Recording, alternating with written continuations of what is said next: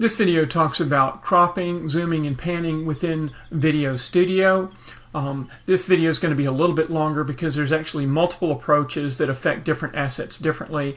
And so I'll start off by explaining the different approaches and how they affect the different assets, and then explain how to use each of them. But I'll also have separate videos that explain each approach if you're just interested in one approach and you know what you want, but have just forgotten how to use it. So let's start off by talking about the Bmp image. And the reason we'll start with that is because when I take a snapshot of a video, it creates Bmp.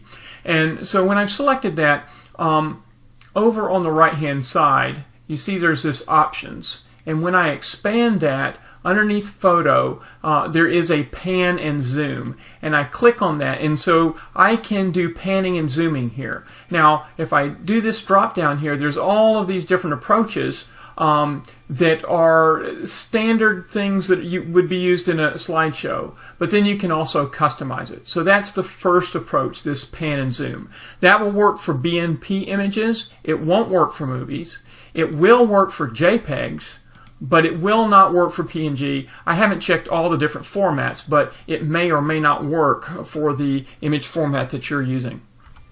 BMP and JPEG are the most likely ones that it'll work on.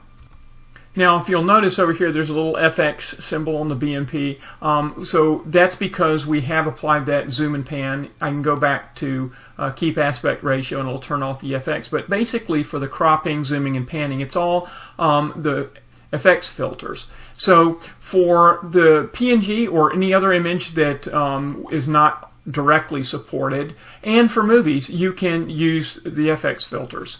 So I'm showing the ones that you're interested in here, but I've added them to my favorites. But underneath 2D mapping, you'll see cropping. That's one approach. And then underneath adjust is the video pan and zoom, and that's another approach.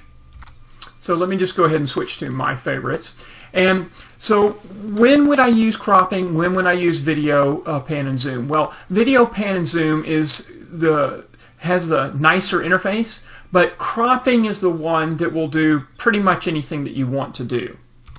And the big difference is that video pan and zoom keeps the aspect ratio the same. It's really only doing video panning and zooming. Now you can use this on line art or images, but cropping allows you to change the aspect ratio.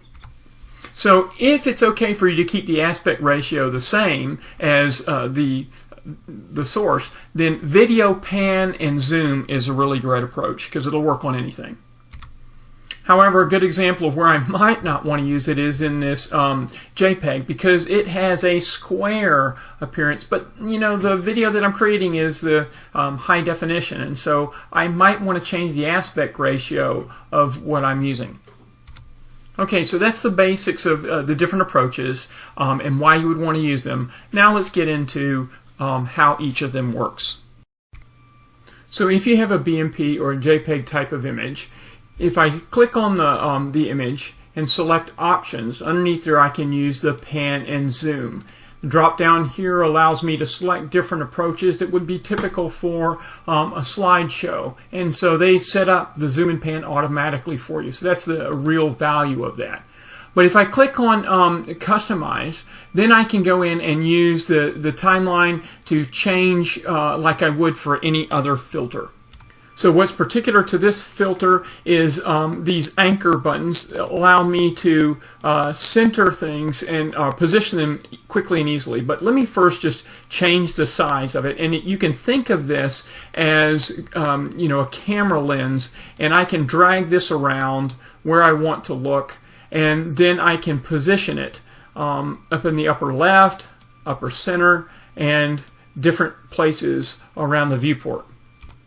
So that's the basics of the pan and zoom.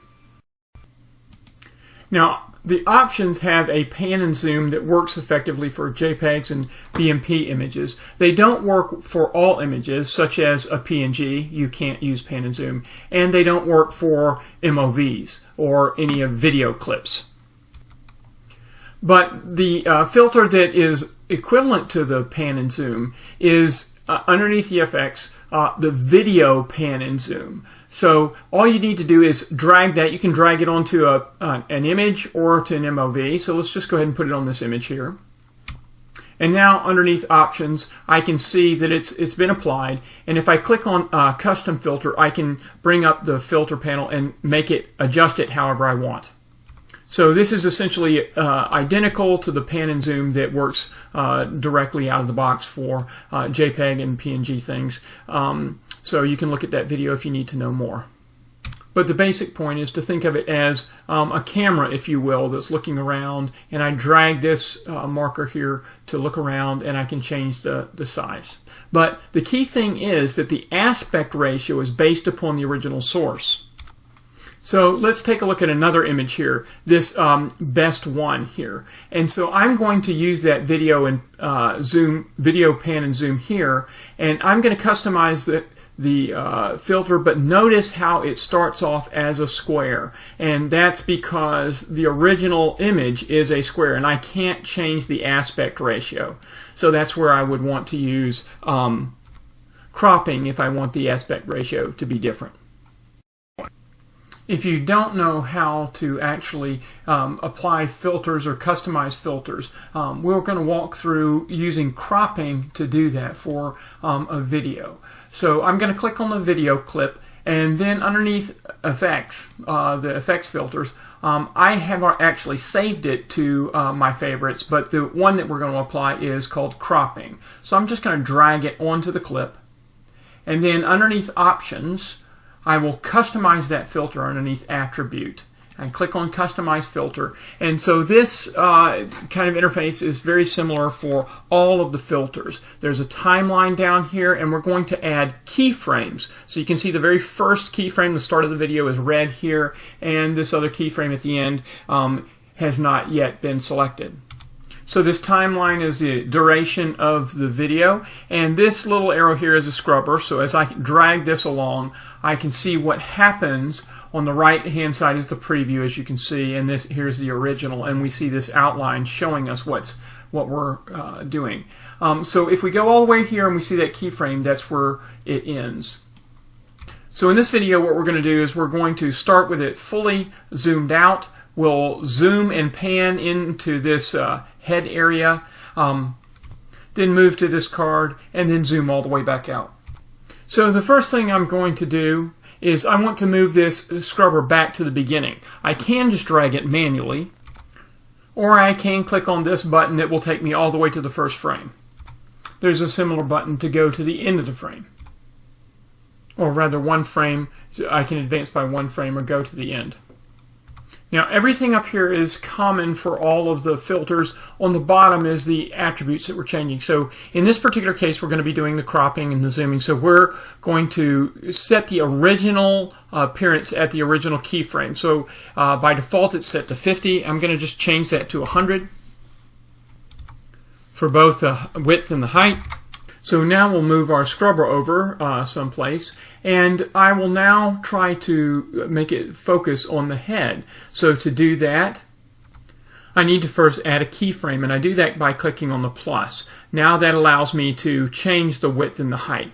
So this is the clunky part of this particular interface. I actually have to either click on these little arrows or know how much I want to set it by typing it in. So I'm going to do that offline.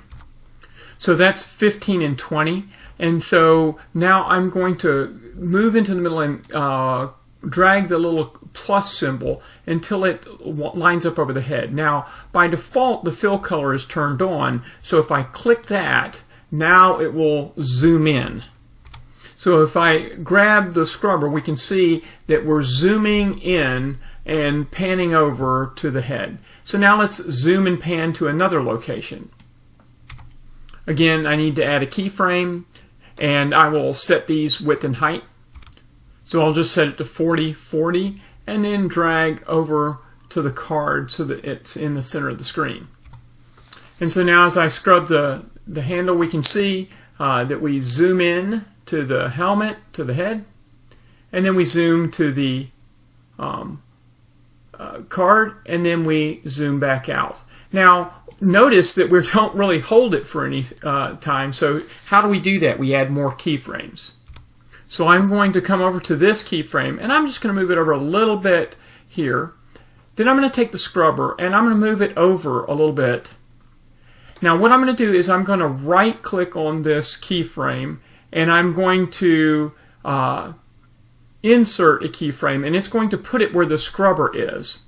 And so notice that nothing happens here. So what I really want is I want this keyframe to be exactly the same. So one way I can do that is to do right click on that and copy and paste all to right. But if I do that, that's actually going to overwrite the other keyframes, and that's not what I want. So if you wanted it to stay the same way, that's how you could do it. So the real way you want to do this is just to right click on it, copy, then move your scrubber over, and right click and paste. So now as we scrub, we see we zoom into the helmet, and then we stay there for a little bit. Now we pan and zoom to the other card. Again, we want to copy that keyframe, move the scrubber to wherever we want, and then right click and paste. And so now it will tend to stay and look at that card for a little bit, and then finally go out to the final area. And if we notice that didn't quite get the way we wanted to, so again we just have to change the position by dragging. I can do that, or I can just go to the first one and copy that keyframe and copy it to the end, however I want to do it. So that is basically how you work with this timeline. There's other controls that you can look at, but that's the essential functionality for any of the filters, and that's how you do cropping.